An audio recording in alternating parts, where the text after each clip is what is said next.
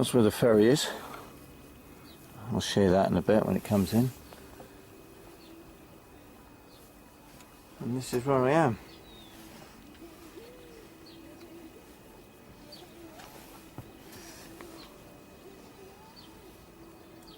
Newington. Oops, didn't see that last night. It was dark.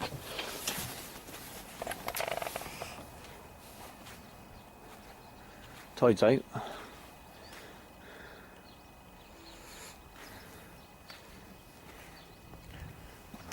So I pressure washed the deck. What a horrible colour.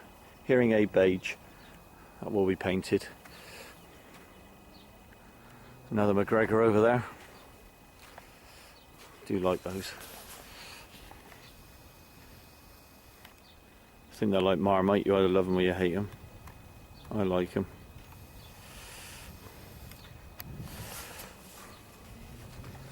Yes, very nice. Yes, that is frost on the deck.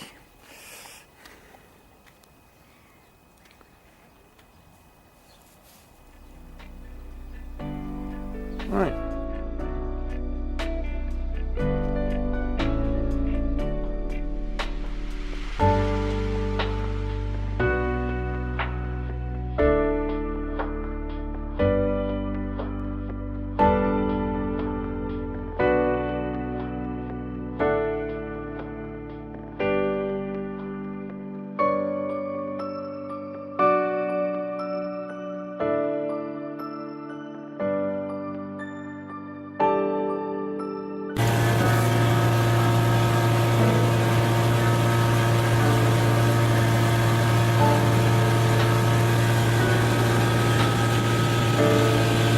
Wait for YouTube.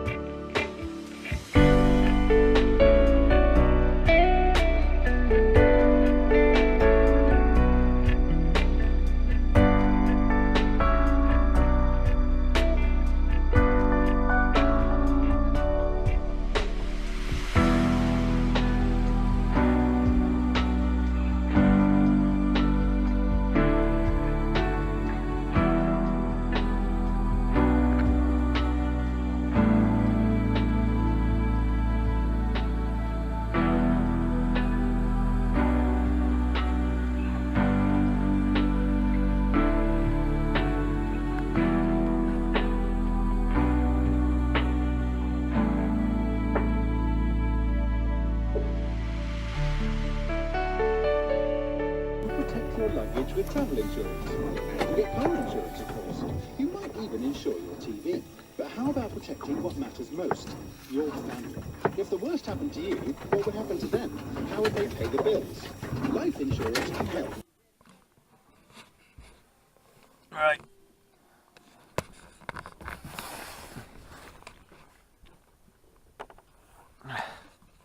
As you can see, we're at anchor. Tried to go in over there, you can't really see it from here. But needless to say, it was too shallow even for me. So I couldn't get in. So I'm now... Oh, the light's over there, but you can't see it due to the mist. Tried walking in my waders, pull the boat in, that didn't work.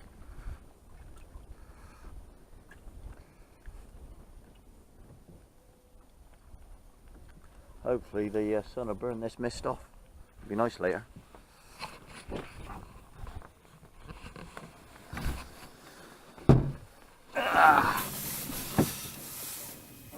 Camera lens is steaming up.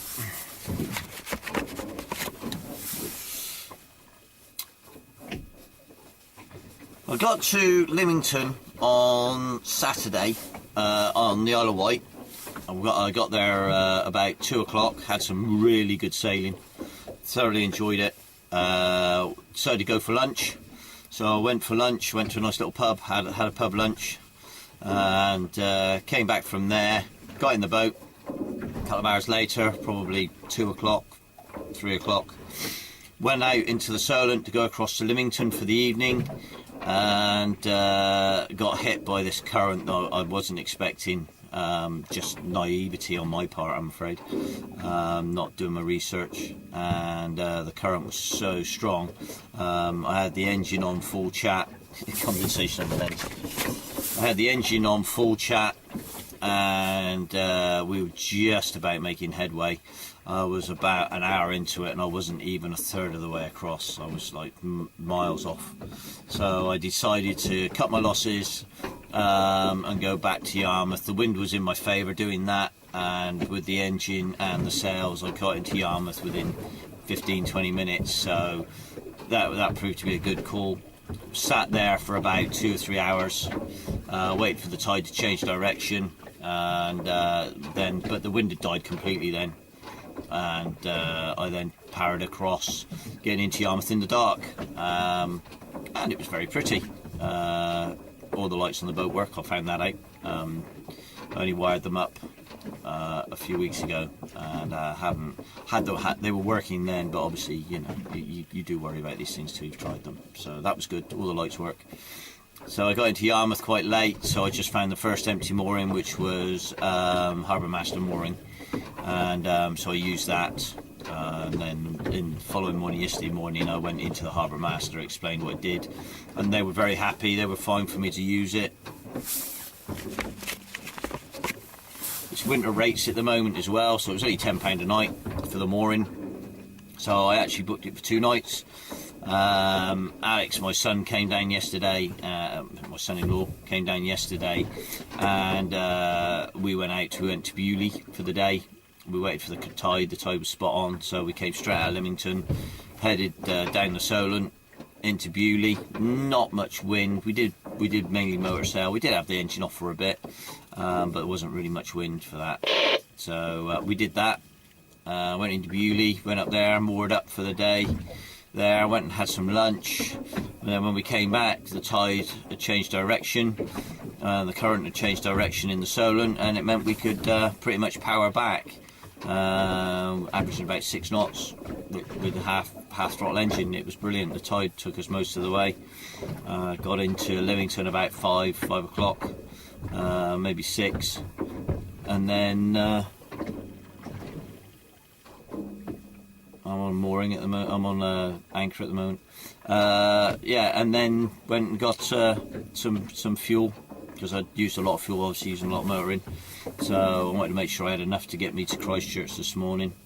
And so Alex took me up to the petrol station, got some fuel, and that was that. This morning, checking the tide times and currents and things, having had my fight with the current and lost. I wanted to make sure that I came out of the Solent at the right time. Unfortunately, that meant it had to be a 4 o'clock start this morning. I could have pushed it till 5, but I was awake at 4, and I thought, you know what, I'm awake, I'm gonna go for it. And I was a bit worried about going in the dark, but with modern charts now, chart plotters that you can get on your phone, it was absolutely brilliant.